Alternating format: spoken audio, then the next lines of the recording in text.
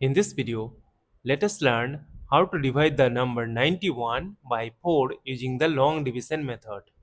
Consider the first digit 9. We know that 4 times 2 is 8. Subtract, we get 1.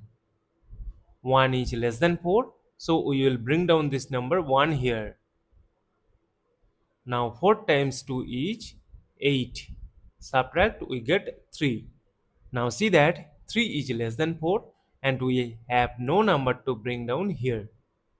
Therefore, in this case, we will put a decimal here so that we can borrow 1 0. Now 4 times 7 is 28. Subtract, we get 2. Again 2 is less than 4.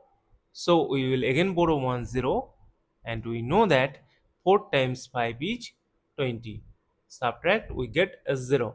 As we have obtained the number 0, so we will stop. Therefore, 91 divided by 4 is equal to 22.75. And this is our final answer. Thank you for watching. Please like, share and comment on the video. Also do subscribe the channel.